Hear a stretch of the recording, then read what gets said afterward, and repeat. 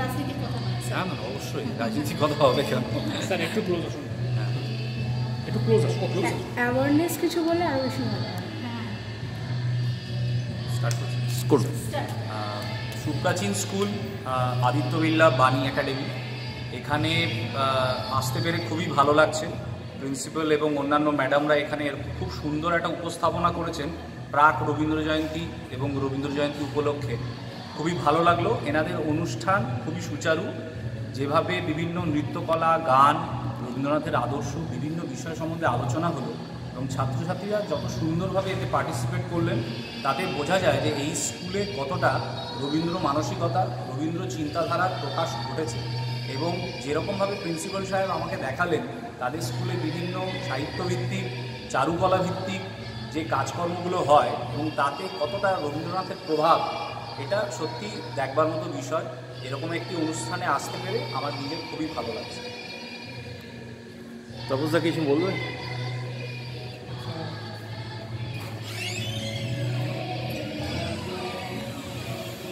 Sir এখনকার যে modern টাইমসের যে আপনার বাচ্চারা মোবাইল নিয়ে বেশি ইনভলভ হয়ে যাচ্ছে, সেটা কীভাবে আপনার এই রবীন্দ্র চর্চা বা কীভাবে মোবাইলের প্রভাবটা কীভাবে কাটানো যায়? এখন তো তারা রবীন্দ্রনাথ রচনাবলী বা রবীন্দ্রনাথের বই বা রবীন্দ্রনাথের গান খুবই মানে আমরা দেখি না তাদের সাথে তারা এগুলো কীভাবে আপনারা ইন্সপায়ার করবেন বা প্রিন্সিপালকে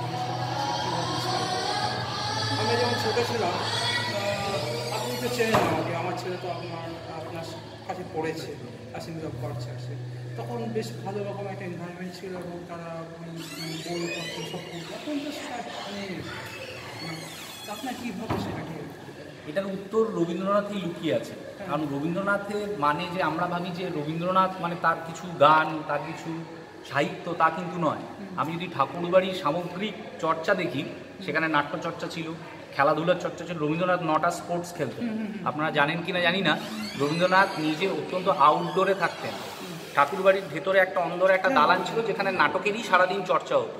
অর্থাৎ স্কুলের প্রথাগত শিক্ষার বাইরের শিক্ষার মধ্যে যে শিক্ষা, যার আদর্শে অনুপ্রাণিত রবীন্দ্রনাথ বিশ্বভারতী প্রতিষ্ঠা করেছে, যার আসল উদ্দেশ্য হচ্ছে প্রকৃতির সাথে মানুষের পারস্পরিক যে আদান প্রদান, এইটা যত বাড়বে এই মোবাইলের প্রতি আসক্তি তত বাড়বে। এবং এইটা শুধুমাত্র বিদ্যালয়ের দৃষ্টিভঙ্গিতে সীমাবদ্ধ নেই, আমাদের ঘরেও যারা আছে, বড়রা আছে, তারা যতটা নিজেকে বহির্মুখী করে তুলতে পারবে, তাদের সন্তানেরাও ততটাই বহির্মুখী হবে। আমরা তো জানি শ্রীরামকৃষ্ণদেব বলে দিয়েছেন যে বাচ্চারা হচ্ছে মাটির তালের মতো, যেভাবে আমরা তাদেরকে গড়বো তাদের মানসিকতার বিকাশ ঠিক ততটাই হবে। আমরা নিজেরা যদি মোবাইল থেকে দূরে থাকি, নিজেরা যদি বহির্মুখী হই, নিজেরা যদি খেলাধুলা বা পারস্পরিক সামাজিক বিভিন্ন কার্যকলাপে মানে নিবৃত হই, তাহলেই আমাদের বাচ্চাদের মধ্যে সেই আদর্শ অনুপ্রাণিত হবে এবং সঞ্চারিত হবে। রবীন্দ্রনাথ একদিক দিয়ে দেখা যেতে পারে যে আউটডোরের যতগুলো ভঙ্গিমা আছে প্রত্যেকটাতেই উনি, সে প্রভাত ফেরি হোক, কোন অনুষ্ঠানকে নিজের মতো করে নিজের মোড়কে প্রসারিত এবং প্রভাবিত করার মতো হোক, প্রত্যেকেই তার অবদান। একই রকমভাবে যদি আমরা ওই রকম মানসিকতায় নিজেদের বাচ্চা ছেলেদেরকে বা মেয়েদেরকে ভাবাতে পারি, তবেই এই আসক্তি দূরে কাটবে, তবেই আমাদের অন্তর্মুখের প্রসার হবে। এবং সার্বিকভাবে ছাত্রছাত্রীদের মধ্যে বাংলা ভাষার প্রতি একটা বৈরিতা দেখা যাচ্ছে। ইংলিশ মিডিয়াম স্কুলে রয়েছে অনেকটা নির্ভরশীলতা। অভিভাবকরাও বলেন আমার ছেলে বাংলাটা ঠিক আসে না। আমরা একটা রবীন্দ্র জয়ন্তীর প্রাণমুখে দাঁড়িয়ে আছি, এই বিষয়টা আপনি কীভাবে? এই বিষয়টার উত্তর রবীন্দ্রনাথকে দিয়ে দেবো। রবীন্দ্রনাথ নিজে অত্যন্ত ইংরেজি ভাষায় পারদর্শী এক ব্যক্তি। ইংরেজিতে তার সাহিত্য চর্চার একটা আলাদা ইতিহাস আছে, যে শুধুমাত্র ইংরেজি ভাষায় রবীন্দ্রনাথ কী কী সাহিত্য চর্চা করেছেন এটার বিষয় বলতে গেলে অনেক পংক্তি লেখা হয়ে যায়। বাংলা ভাষা, বাংলা সাহিত্য যেভাবে উনি ভাস্বর হয়েছেন, ইংরেজিতে তার প্রভাব তাতে বিন্দুমাত্র প্রভাবিত হয়নি। অর্থাৎ আমার ব্যবহারিক কাজকর্মে বা দপ্তরি কাজে হোক বা আমার আশপাশের জীবন চালানোর জন্য বা জীবিকা চালানোর জন্য ইংরেজি যতটুকু জানার আমি জানতেই পারি, মননে, মানসিকতায়, চেতনায় আমি কতটা বাঙালি, এইটা যদি আমি নিজের ওপর আরোপ না করতে পারি, তাহলে কোনোভাবেই রবীন্দ্র চিন্তাধারার বিকাশ হবে না। এটা আরেকটা বেশি প্রযোজ্য। আজ যত না ইংরেজি ভাষা আছে, রবীন্দ্রনাথের সময় পড়াশোনা শিক্ষা ছিল এক্সক্লুসিভলি ইংরেজি ভাষায়। তখন একটা বাংলা বইও পশ্চিমবঙ্গ বা ভারতবর্ষে প্রকাশিত হতো না, লন্ডন থেকে প্রকাশিত হয়ে আসতো। তখনকার যুগে দাঁড়িয়ে যেভাবে উনি বাঙালি এবং বাংলা মননের চর্চার দিকে মনোনিবেশ করেছেন, এটাই ইন্সপায়ারিং।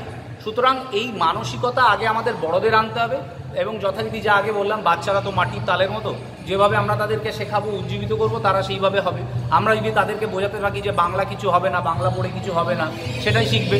আর যদি দেখি যে না, আমি ইংরেজি ইংরেজি জাস্ট একটা ভাষা, পৃথিবীতে এরকম 4000-এর ওপর ভাষা আছে, একটা ভাষা হচ্ছে ইংরেজি। এবং বলে রাখি, ইংরেজি বিশ্বের দেখা যাবে 4র্থ বা 5ম বেশি লোক কথাবার্তা বলে, বাংলা যেখানে 6ষ্ঠ ভাষা। অর্থাৎ যদি আমি ভাষাগোষ্ঠীর সংখ্যাটাকে মাধ্যম হিসেবে ধরি, তো এটাতে হীনমন্যতায় প্রকাশ ছাড়া আমি এর বেশি কিছু বলবো না। হীনমন্যতা থেকে বেরিয়ে আসতে হবে।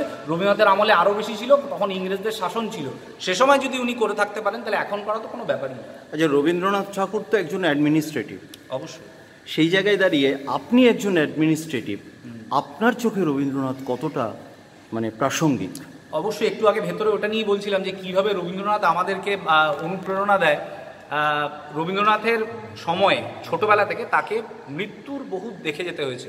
সে নিজের স্ত্রী বিয়োগ হোক বা 3 কন্যা হোক, ছেলে শমীন্দ্রনাথ কম বয়সে মারা গেছে, তা সত্ত্বেও তাকে কখনো দেখা যায়নি যে তিনি তার এই ব্যাপারটাতে বিচলিত হয়েছেন। একই রকমভাবে আমাদের কর্মপর্যায়ে বা আমাদের কর্মপদ্ধতিতে দেখা যায় যে বাড়িতে যাই কিছু হোক বা সমস্যা হোক, আমরা নিজেদের বাড়ির লোকেদের অতটা সময় দিতে পারি না, কাজেই বেশিরভাগ সময় মনোনিবেশ করতে হয়।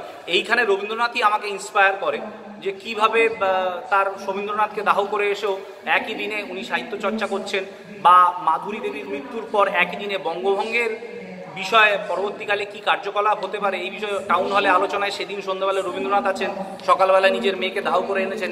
এই বিষয়ে ভাবতে গেলে মানে আমার তাকে অতিমানবিক মনে হয়। তার এই অতিমানবিক চেতনা আমাকে কোনো না কোনোভাবে নাড়া দেয়, এবং নিজের এই প্রশাসনিক ক্রিয়ায় মনে হয় যে এই অবিচল কর্মকাণ্ডে কোথাও যদি হতাশা গ্রাস করে, হতাশা কাটানোর মাধ্যম হয়ে উঠুক রবীন্দ্রনাথ।